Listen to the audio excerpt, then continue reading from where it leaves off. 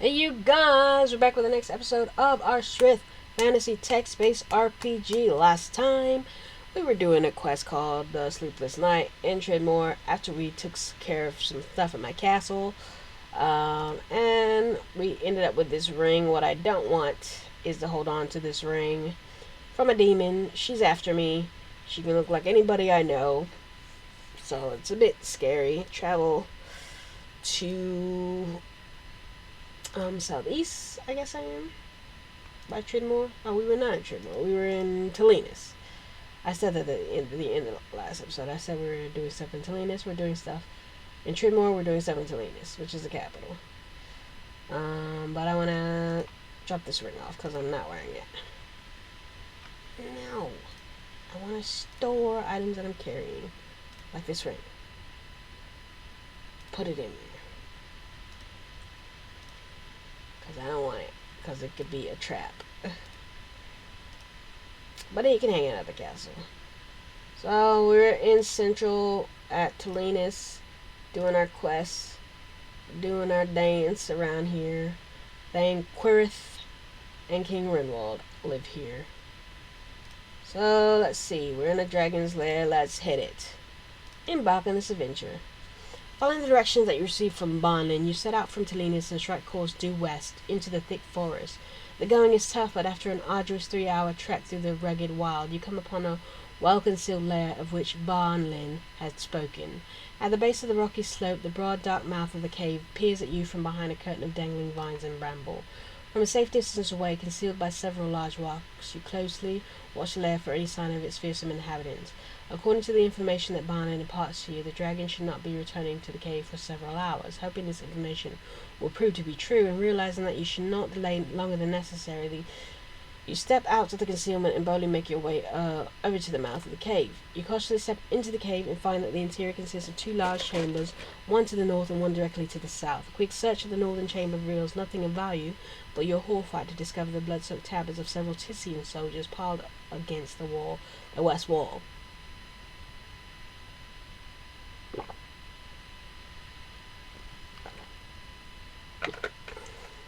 Unnerved by this finding, but determined to continue the search of the lair, you proceed to the other chamber.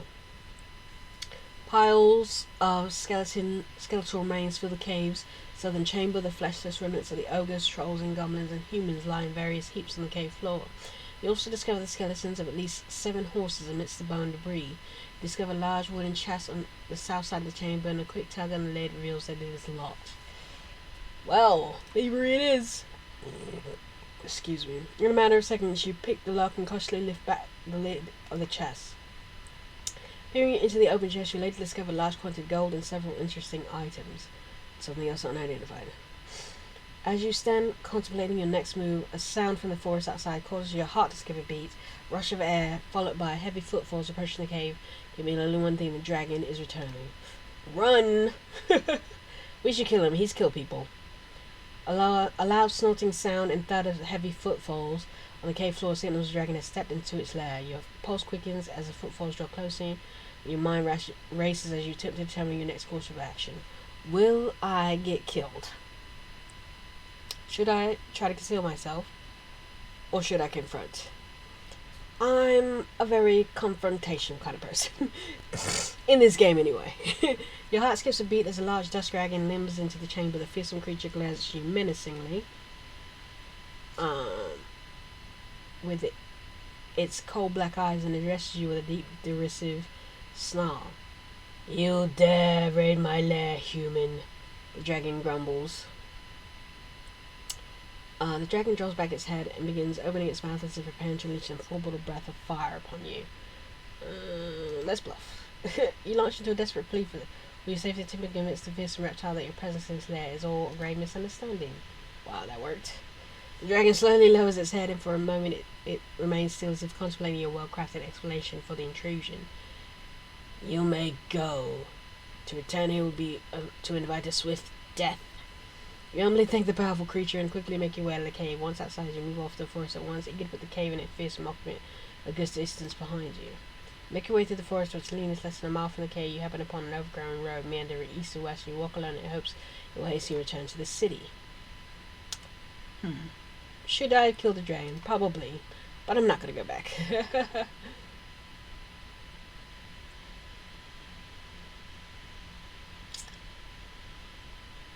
Somebody's learning to play drums around here. And you can tell they're beginners. I'm not dissing them because I am a beginner still myself. Eavesdropping. You hear potentially interesting tidbit of information while eavesdropping over the mug of ale at Stoic Lord Tavern. Let's do it. While relaxing over the frothing mug of ale in the Stoic Lord Tavern, you can't help but overhear a conversation between two shadowy-looking creatures seated at the next table over. Although you can't quite hear every word that is said, you do hear the man repeatedly making mention of Lark Song Way. Claims he got himself some valuable bit of news, said one of the men, as they get up to leave. I won't pay nothing, though. Knowing that little rat, it'll be false lead or some complete fabrication. When the men are gone, you ask a man sitting across the table from you if Lark Song Way is a street here in Talinas. The man replies that it is, but he warns you that it runs through a rough section in the city's eastern quarter. You think the man will leave the tavern. Okay, what's there? I should have wrote it down.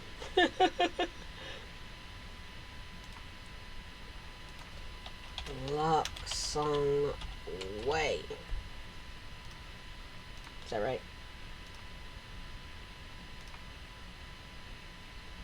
Hey, it is. I remember. That's a good memory.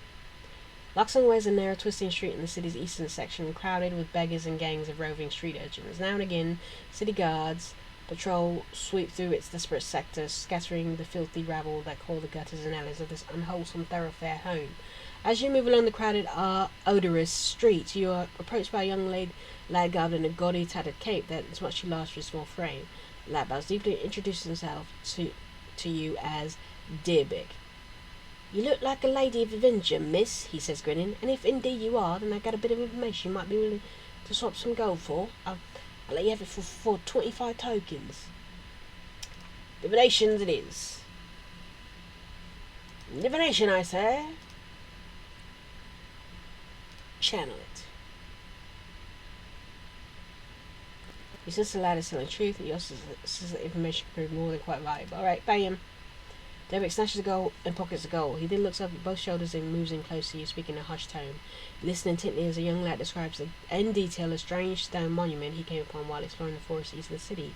He tells you that the massive statue, as tall as 2 men and wider than 3, standing abreast, was covered in vines and moss and half sunken into the soft earth, making it difficult to notice until you were nearly on top of it. "It has a giant closed fist," he said, his eyes wide as he relates his tale, and it's covered with all sorts of strange markings and the like. Quite strange indeed. Derbeck tells you that he attempted to revisit the statue, but when he returned to the spot a few days after he had just found it, he was glad to discover the band of foresters that set up camp in the vicinity. "The wood was crawling with him," he says. I've never seen a troll before, and I don't care to ever see one again. They're horrible. Must have been 8 or 9 or 10 of them. I don't dare go back again, but I'd wager that it would take a whole legion of trolls to scare you off, eh, miss?" Derbeck explains once more how to get to the statue and thank you for the information. With a quick wave, the young lad disappears along the teeming thoroughfare. To find Derbeck's directions to the statue of the forest, return to the main section of Talinas, explore Talinas, and then enter forest statue's location. Okay. Let's do it. Let's do it. Let's do it. Let's do it. Hit it. After a somewhat lengthy trek, you happen upon what you seek, the location of the statue Derbeck told you about. With little difficulty, you reach the spot in the forest that Derbeck indicated, and much as he described, you spot the massive, valiant, entangled stone for fist rising out of the soft earth. And as the young man also related, you count at least 2 dozen forest trolls milling around. 2 dozen? The guy said 10. Milling about its secluded forest nook, and a large, high tent has been erected in close proximity to the statue. You can only assume that it houses some fearsome savage leader of these trolls. Apparently, no way for you to hope to directly approach the statue without being discovered.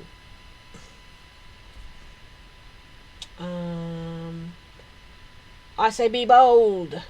In calculated act of bravado, you stride purposefully in the midst of the troll encampment, though you take care to make certain that open paths of retreat lies in your wake. The reaction of the trolls is much what you expect, roaring with displeasure and slightly taken aback by the boldness of a lone human. A group of 4 of the hulking beasts drop in front of you, their massive hands clutching heavy wooden clubs. I want to talk to your leader. Your blazing request is met with surprise and suspicion. One of the trolls takes a step towards you, his club rising in the air, but the fierce foremost of the savage king places an arm on his chest, halting his advance. The fearsome creatures listen impatiently as you lay out the case for your parley. Much to your surprise, not to mention the trolls gathered here, the flap of the hide tin is thrown back and a possibly large, particularly gruesome specimen of forest troll emerges. The troll chieftain has overheard you making your case for parley, and though he regards you with obvious disdain, he seems prepared to listen to what you might have to say. Standing well within combat range in the chieftain, you feel that you might be able to launch an unexpected attack on the foul beast. Diplomacy. Utilizing a skill of diplomacy, you attempt to convince the troll chieftain that you are acting as an envoy for a large division of Tuscan army that will be moving through these parts in the next few days. You tell the chieftain that you have been instructed to give fair warning to all possible enemies in the vicinity. You struggle to maintain a confident countenance as the troll chieftain seems to be giving serious thoughts to the proclamation you've just delivered. Well, success. You're scarcely able to believe the outcome of your effort as the troll chieftain now solemnly rules a series of orders to his savage kin. You bow formally before the angry leader, and he dismisses you with a vicious snarl, and thick wad of yellow mucus spat at your feet. I'm a safe distance away atop a rocky slope in the forest, you watch as the troll dismantle their camp and move off through the trees in search of a new base for the destructive mayhem. Suddenly, a deep rumbling voice thunders in your head. Well done, disciple. Approach my idol. Okay. Another unidentified object. Unnerved by the strange voice echoing in your head, you cautiously approach the vine entangled statue, sealing yourself what you feel may be an imminent threat. As you draw near to the statue, you spot a small, square, faintly glowing object lying on the ground at its base. You pick up the curious object and examine it. I mean, take it. Why wouldn't I take it? As you stand before the vine-covered stone idol, the gentle hiss of soft, raspy voice begins to echo in your head. You spin around, not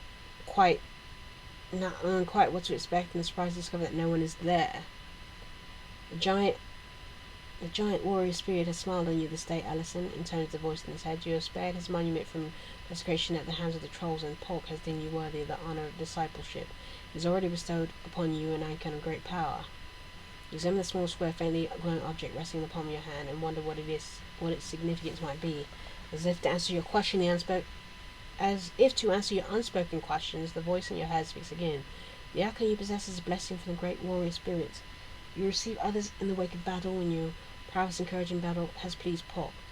Their use will be made known to you in time, Allison, but now they shall provide a true disciple with the means to craft powerful instruments of battle. For nearly a minute the voice is silent. You start to believe that it is parted for good when your thoughts are again interrupted by a soft, rasping hiss. You must seek the realm of Kill Thanor, the voice intoned. It is there that true metal shall be known, and your worthiness as a disciple shall be laid bare. Seek out Lothrin in the city of Salinas, for he alone can start you on your journey. Seek out a place known as Pinnacan Lane.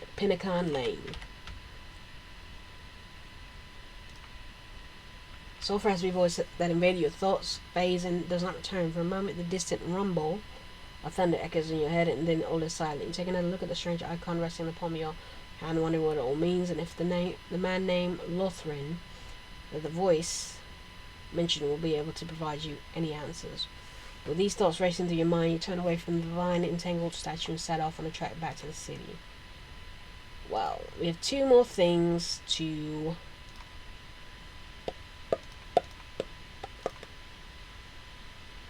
see what they are. So let's go back to Hawklaw and talk to our sage.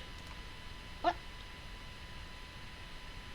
I have two unidentified things.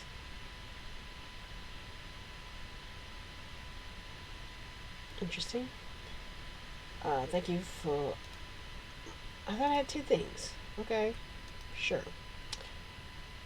This small, square, glowing icon, wooded icon of an ant's aura, crafted out of solid wood. It's obvious that this strange object is not of this world. The likeness of closed eyes etched on its surface. You may fix this never icon to any imbuable item you may possess to enhance the attributes of the item.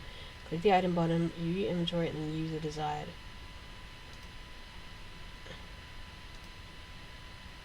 Click on the item button to view your inventory, and then use the desirable imbuable. Alright, well.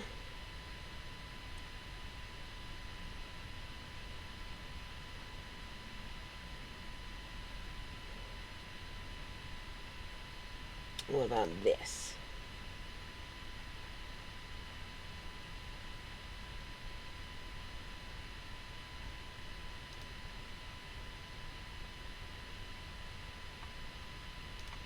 I don't think it worked. Oh well. Let's go. Let's go back to Talinas and go to that new place. I need to tame my horse. Stats. End.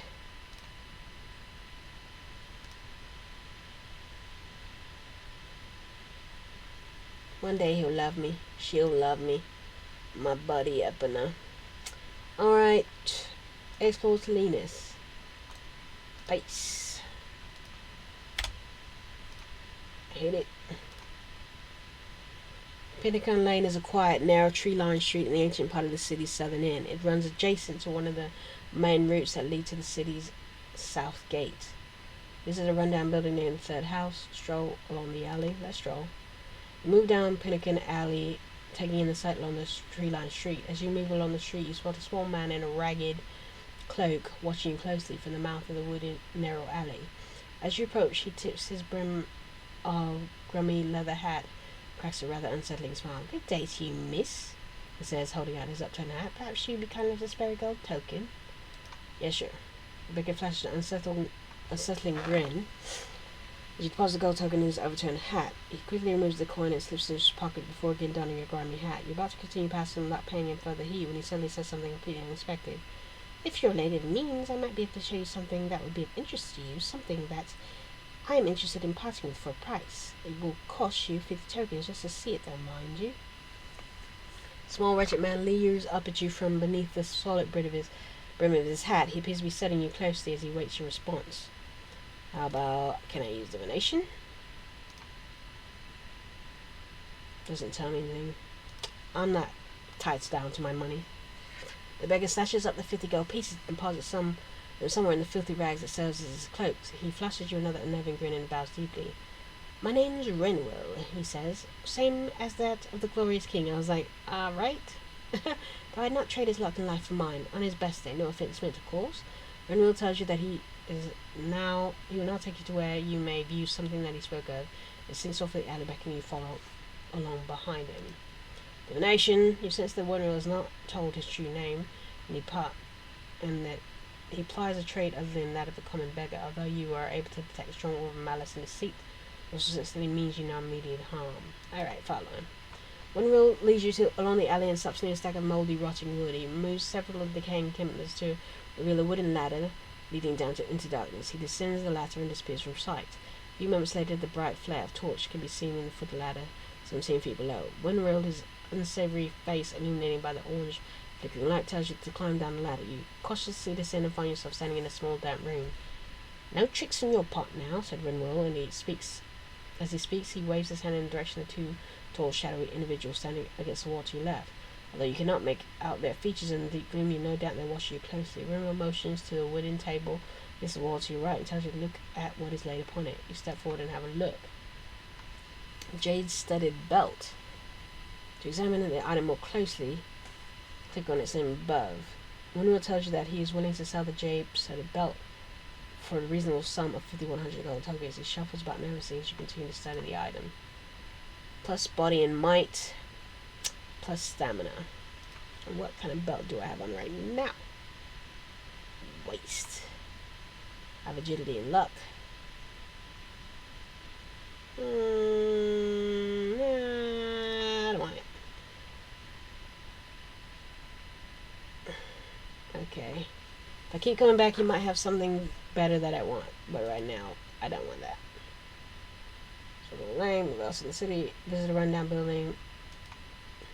As you approach the building known as the Third House, a young woman in bright auburn hair rushes out the front door and throws her arms around you. Okay. As she pulls back from a friendly embrace, and you instantly recognize the face of Sienna, the young woman who, along with a recting troop you rescued from the clutches of the Shade Goblins in Westworld. Oh, hey! Sienna ushers you into the building where you're met by your fellow members of her acting troupe. Some of them you recognize from the encounter in Westworld, while several other faces are new. So in the better part of the hour talking about with the actors, you learn they've been recently commissioned to perform at a royal gala at the King's Citadel in a month's time.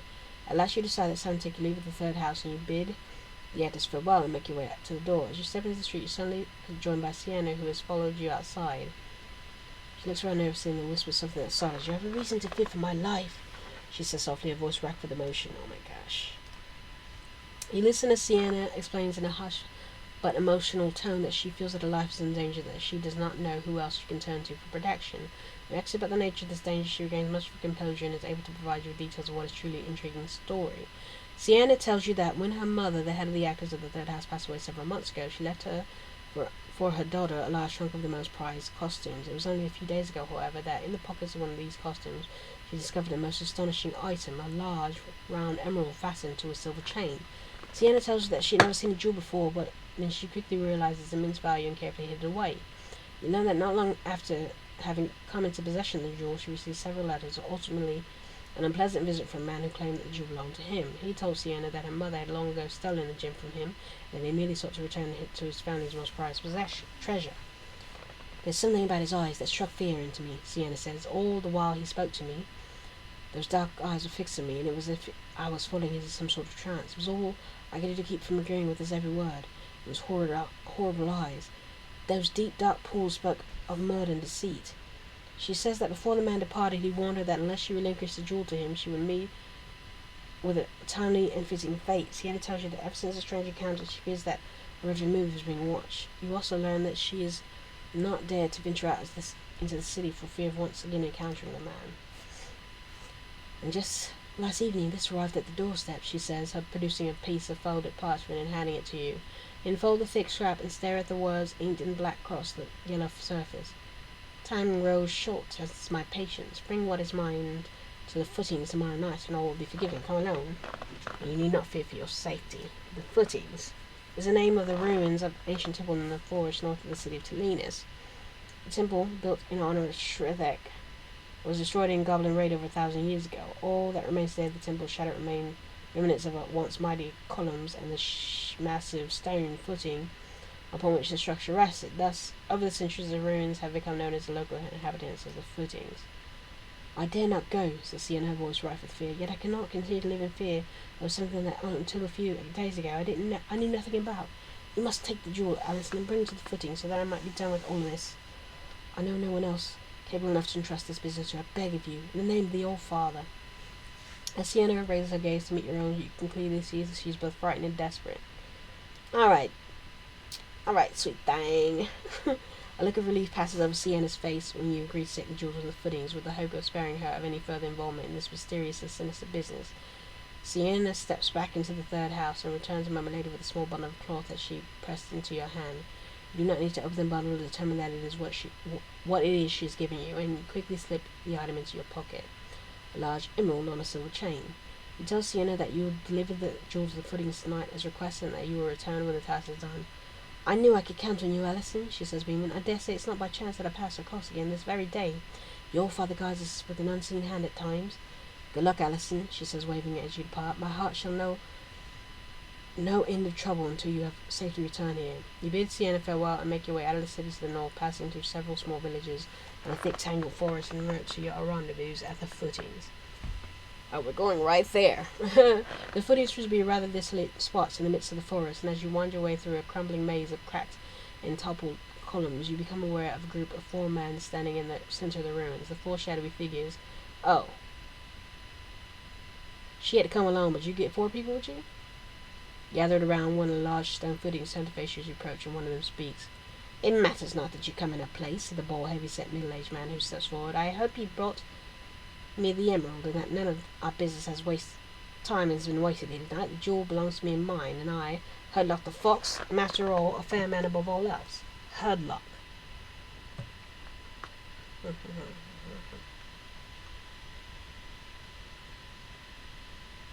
don't see Hurdlock.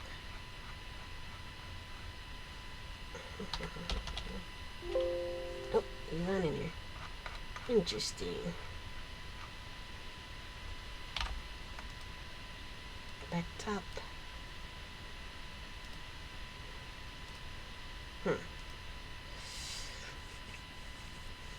The sound of the name sends a chill through your body. Standing before you in the desolate spot in the forest is one of King of Tisa's most wanted men. Legendary bandit of wilds known as Herlock the Fox. His cruelty and brazen natures earned him a fierce reputation and elevated his status to an almost legendary level. Now, friend, he smiles and raises his eyes to meet your own. You will hand me over the emerald. You find yourself unable to break away from Herlock's gaze. The longer your eyes remain fixed in his deep dark eyes, the more you want to immediately capitulate to his demand. His two companions stare uneasily in the shadows behind him. I say he doesn't deserve it. He's most wanted, and we attack. Herlock seems to have anticipated your attack. Despite his size, his nimbly leaps clear of your swift strike and draws a gleaming longsword. He levels the blade with a deadly weapon at you. I had expected it would come to this sort of end. This blade has seen the blood of warriors whose boots you're not fit to lick. You're lucky this nightfall, for I have my prize and my spirits are high. Herlock the Fox was now granted you sporting chance to retaining the tragedy you have fashioned into a life. Why does he speak of himself in the third person? Sometimes only. Herlock snaps his fingers and the three men look in the shadows rush forward, their longswords drawn, preparing to cut down the woman with their massive mark for death. No, death. Die. Herlock shrinks back in the shadows at least as the last man. He steps boldly forward and silently challenges the cruel outlaw. It's challenge he apparently is not able to accept. I will have what is mine. You will one day again hear from Herlock the Fox, and it is under that you will come to wish you never had. He's running.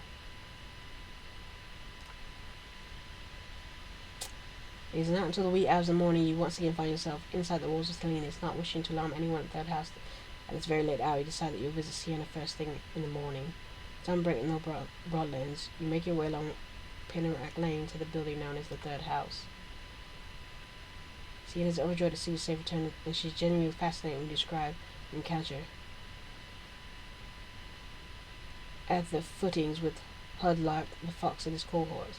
When you suddenly produce the emerald and place it in her hand, Sienna's eyes are wide and she stares at you in disbelief. You tell her about the battle with Herlock and his man, and how it's quite unlikely that he'll be calling on her anytime soon as ever again. I'm happy that business is over. I would have been happy to have been rid of the jewel, but my possession of it mean only promise of fear, yet I'm overjoyed to have it once again. The next day you are invited back to the third house, where Sienna and the rest of the actors put on a number of comedic sketches for a small but appreciative audience. Sienna tells you that these are some of the very same sketches that will soon be performed at the King's Gala. Take a leave of Sienna and the actors of the third house and prepare to once again set out onto the city. As you step in the city, Sienna follows you and thanks you again for all your help. You must come back and visit us soon, she says, as she leans forward and embraces you in a long hug. She watches you depart along Pinarack Lane.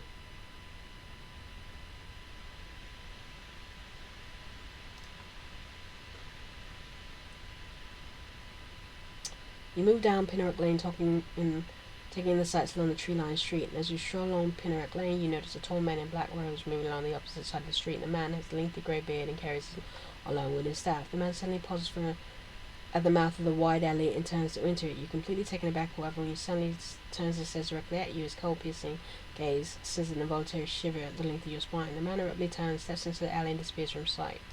Follow him. When you reach the mouth of the alley, you're surprised to find it is now empty. There's no sign of the tall man in black robes you witness stepping into the alley only moments ago. However, as you peer into the gloom, you note that the narrow passage is a dead end. Set in the stone wall on the far in the alley is a wooden door. Illumination.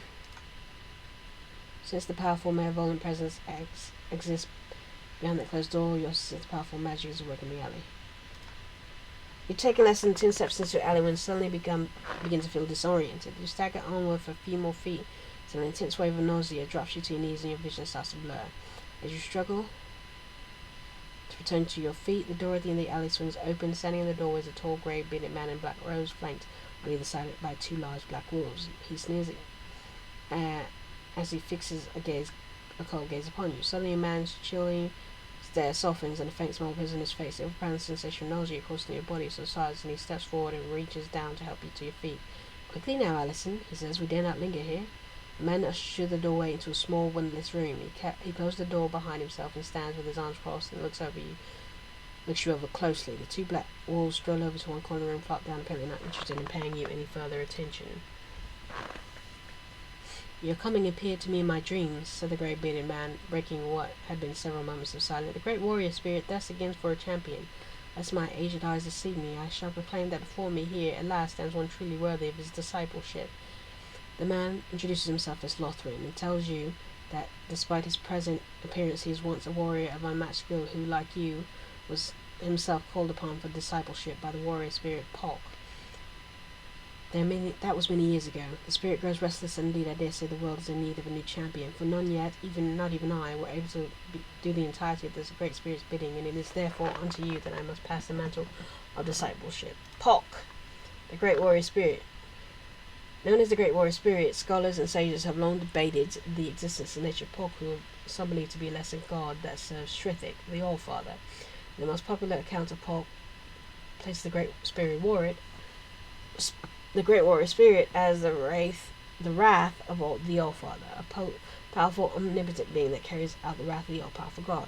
Although not worshipped directly by any large group, many warriors will wear charms or bear arms and equipment that have been inscribed in Palk's symbol, a clenched fist raised skyward. Palk's prayer is often uttered by warriors before entering battle and is spoken as follows. Under the eyes of the All-Father, may the great warrior spirit grant me swift and just victory. May my shield be cloven and my body pierced. May my spirit endure, and that I shall prevail. Okay. Lothrin tells you that the strange icon you received at the statue in the forest is a token that has been bestowed upon you by Palk himself. The grey-bearded mage explains that the icon may be fitted into rare and beautiful weapons and pieces of armor, bestowing upon those items a myriad of wondrous enchantment. So those items are not of this world, he says gravely. Indeed, there is but one place in which I know of them to exist, in the realm of Keothanor, a dark never realm, a place of wild, primal beauty, yet of unspeakable terror. It is a realm that the great warrior spirit created and then mysteriously abandoned, and is long since fallen to chaos and ruin. His surviving faithful subjects remain there, in battling against a dark horde that has invaded the realm in the absence of Palk, awaiting the ultimate deliverance at the hands of the Master's true disciple. Lothrin explains that reclaiming of Keothanor in the name of Palk and defeating the wickedness that has claimed the realm stands at a defining test of skill and resolve for the true discipline of the great warrior spirit, and a test that is yet to be met. No disciple has ever been able to vanquish the evil that stalks that realm, said Lothrin grimly, and yet why do I find myself choosing to hope that you there in the faint light of hope to pierce the ageless darkness? Lothrin tells you that there is a little time to waste, for although it has been many years since he passed into the nether realm of Keothanor, his dreams have foreseen a terrible fate upon the befall of the Thanorians. The evil that presses the great warrior spirit subject is greater than ever before, he says gravely. I fear that without the arrival of a true champion, indeed their Master's chosen disciple, the struggle of the survival will soon be in the realm of Keothanor will be lost forever. Lothrin places his hand on your shoulder and his stern demeanor softens. I'm an old man, Alison, and I've done in the time that has given me all that I could. The burden of discipleship now rests upon your shoulders, and you must now bear it, even if you would wish otherwise. When you feel you prepare to take the first step on your journey, return to the statue in the forest. The statue's gate between our world and the nether realm of Keothanor, which only a true disciple may pass. Let your hand the ancient stone, and you will be transported to Thanorian town of Shadow Edge. There shall your task begin. Lothrin looks at you gravely for a moment, then speaks again. You must seek out Cyrn, Takin, and Shadow Edge, he said. He's a leader of the Thanorians, a man of great ability and wisdom. He will be able to apprise you on the current state of things. Lothrin wishes you luck and tells you to return as Tim is needed. In the event that you might be able to offer you help, you bid him farewell and set out on your way. Alison, as a disciple of Palk, the great warrior spirit, you will from time to time collect special icons following your victory in combat. These icons will be unidentified when you retrieve them. If you have the skill of arcane, you may use it to identify these icons. You may so return to Lothrin and Telinus, and he will identify the icons for you. For additional information on icons and how they're used, please refer to the documentation.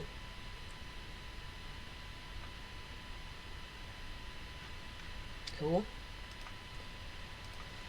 Well, I'm going to have to end it there. We'll try to move on and do more of that next episode. Thanks so much for hanging out and joining me. Until next time, you know what I'm going to say. Peace.